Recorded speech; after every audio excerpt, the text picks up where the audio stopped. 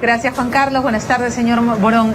A ver, ¿cómo queda el liderazgo de la Cumbre de los Pueblos cuando aquellos líderes políticos que la han impulsado históricamente están seriamente cuestionados?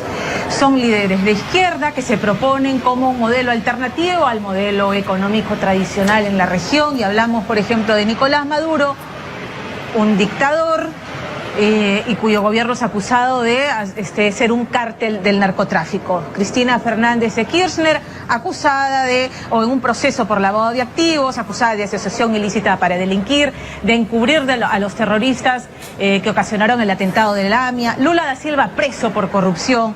El señor Correa también acusado del mal manejo del tesoro, de la deuda pública. Y bueno, ya conocemos aquí a Ollanta Humala, que está preso preventivamente también por un tema de corrupción. ¿Cómo queda el liderazgo de la Cumbre de los Pueblos? ¿Cuál es la imagen que dejan estos líderes que se pregonan como los abanderados de un modelo económico alternativo? Bueno, mire, yo primero que nada quería decirle de que habría que actuar con mucho más cuidado al hacer esta caracterización que usted hace, ¿verdad? Digo, Lula da Silva ha sido puesto en prisión y hay enormes dudas acerca de la evidencia que hay en su contra como para enviarlo a la cárcel.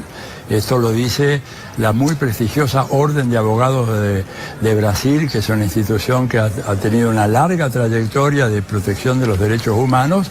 No son necesariamente partidarios del PT ni de Lula, pero reconocen las debilidades del debido proceso. En el caso de Correa no hay absolutamente una sola prueba que lo puede inculpar. Sin embargo, ha habido un linchamiento mediático del señor Correa, y yo creo que si hay algo que tenemos que defender es el debido proceso, Pamela. No puede ser que porque hay una acusación, porque así como hoy acusan a Correa, mañana la pueden acusar a usted, ¿no es cierto?, de un delito y usted quede indefensa. Tenemos que atenernos a la regla del derecho. El derecho es cuando hay pruebas, y si hay pruebas efectivas, las personas tienen que ir a la cárcel, pero no se les puede, ¿verdad?, condenar preventivamente como desgraciadamente se hace en muchos casos. El caso de Nicolás Maduro, se dice que es un dictador muy especial, porque rige un país donde ha habido más de una elección por año. Yo le pediría que veamos que otro país de América Latina y del mundo ha tenido elecciones de ese tipo, monitoreadas permanentemente. ¿Cómo definiría usted, si me permite, señor Morón, cómo definiría usted entonces el régimen de Venezuela, de donde ha habido un éxodo de 2 millones de personas huyendo de la crisis humanitaria y económica, donde la prensa es reprimida, donde la fuerza se utiliza para perseguir a la prensa independiente y una prensa acallada por la bota chavista? Realmente me sorprende lo que usted dice. Se ve que no ha estado en Venezuela, ni conoce el país, ni ha recorrido, ni ha hablado con la gente, porque fíjese usted que los principales líderes de la oposición de Venezuela, María Corina Machado, Borges, etcétera, entran y salen del país sin ningún problema, hacen declaraciones a la prensa, tienen conferencias de prensa, todo eso se publica en los medios venezolanos. La verdad que si eso, perdón, quiero terminar, si eso es una dictadura, bueno, le aseguro que en la carrera de ciencia política de Estados Unidos tenemos que empezar a definir otra vez lo que es una dictadura. Yo creo que acá hay una visión muy estereotipada que no ayuda para nada. Y en cuanto a los emigrantes, les digo, probablemente, no sé si el número de ese 2 millones me parece un número muy exagerado, en todo caso es menor de la cantidad de gente que huye de Centroamérica, México y Colombia yendo hacia los Estados Unidos o hacia otros países a buscar refugio por la crisis económica. Entonces seamos equidistantes y veamos, ¿hay gente que está saliendo de Venezuela? Sí. ¿Hay una crisis económica en Venezuela? Sí. Pero miremos el otro lado también.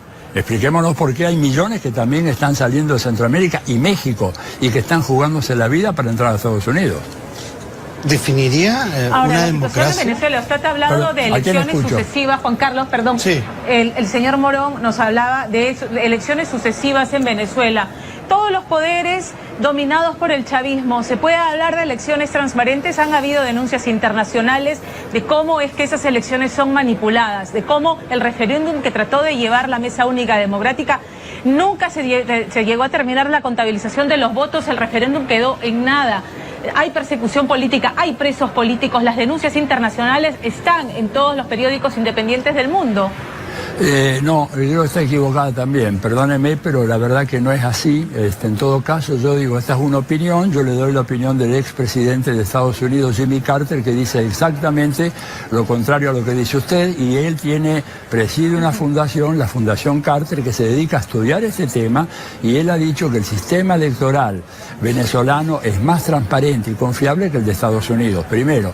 En segundo lugar, si fuera como usted dice, que no es verdad, la oposición jamás podría haber ganado la elección en la Asamblea Nacional, que ganaron ellos perfectamente. O sea que acá nos encontramos en un caso curioso en donde si yo gano, las elecciones son honestas, si pierdo, las elecciones son deshonestas. La verdad que no es un ejemplo de buena cultura política. ¿Pero qué pasó después con la Asamblea Nacional? Después, bueno, la Asamblea Nacional, en lugar de hacer lo que tenía que hacer, que hubiera sido la gran contribución a la paz en Venezuela, tenía que haber elaborado una legislación que corrigiera algunas de las cosas que ellos ven. Si después el régimen de Maduro se negó a hacer caso a cualquier tipo de ley que salía y emanara de esa asamblea, y luego la arrinconó y la cambió por otra. Pero escúcheme, el gobierno de Maduro, porque si hablamos de régimen, tenemos que hablar también de régimen en Perú, en la Argentina, en Colombia, digamos, en donde están matando gente, pero de una manera impresionante. O en México, digo, si quiere tengo acá el último informe, hay 47 presidentes municipales asesinados en México. Eso parece no ser noticia, parece que acá... Bueno, claro, y eso es obra de narcotráfico, sí, pero, ¿no es cierto? Pero no veo yo la denuncia en contra del gobierno mexicano diciendo que autoriza eso, o que se queda de brazos cruzados, o que no investiga la muerte de los 43 chicos en Ayotzinapa, o las matanzas permanentes. Ya han matado 4 periodistas en México en lo que va del año, y yo no veo que nadie...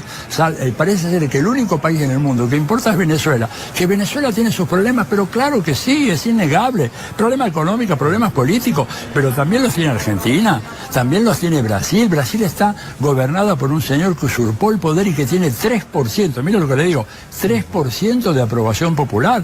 ¿Y por qué no le decimos régimen al gobierno de Temer? No, parece que Temer es una democracia, el único régimen, entre comillas, Venezuela. Creo que no es serio, hay que hacer una discusión realmente más medular y más de fondo. Señor Morón, vuelvo a la pregunta inicial, porque efectivamente usted admite que hay cuestionamientos en torno a todos los líderes de los que estamos hablando. ¿Cómo queda el liderazgo y la viabilidad de la Cumbre de los Pueblos? De la Cumbre de los Pueblos, dice... Mira, la Cumbre de los Pueblos va a seguir una dinámica que es independiente de los gobiernos. La gente que está ahí no necesariamente representa a los gobiernos. Yo no represento a ningún gobierno, ni muchos los que están ahí. Creo que nosotros podemos hacer una contribución positiva a discutir algunos temas que son de enorme importancia para América Latina. ¿No es cierto? Creemos que tenemos derecho a hacer escuchar nuestros puntos de vista ante un presidente como el de Estados Unidos, que ha calificado a nuestros países como países de M. Por razones de respeto a la audiencia no voy a decir lo que el muy mal educado presidente americano dijo de Perú, de Argentina y todo lo demás. Entonces nosotros tenemos alguna opinión, no somos esa clase de países, somos países que queremos tener una vida digna. Va a ser muy difícil, es una tarea enconadísima, haga lo que haga, siempre va a tener gente que está en contra. Dilma Rousseff es una persona a la cual no le encontraron absolutamente nada, y usted sabe cómo la defenestraron de mala manera, apelando a malos jueces y a malos legisladores corruptos. Usted sabe que casi la mitad de la Cámara de Diputados de Brasil está investigada por delitos de corrupción. Entonces, y esos fueron los que condenaron a esta señora, ¿verdad? Entonces me parece que tenemos que tener mucha cautela en estos momentos, no dejarnos llevar por los clichés fáciles, este es un régimen, este es bueno, este es malo. Tenemos problemas gravísimos en toda la región.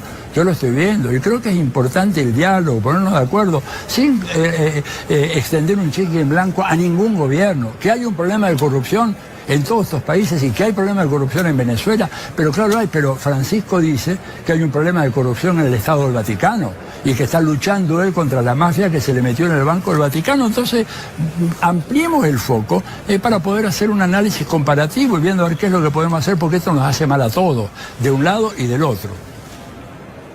Ok, muchísimas gracias. Bien, Juan Carlos. Sí.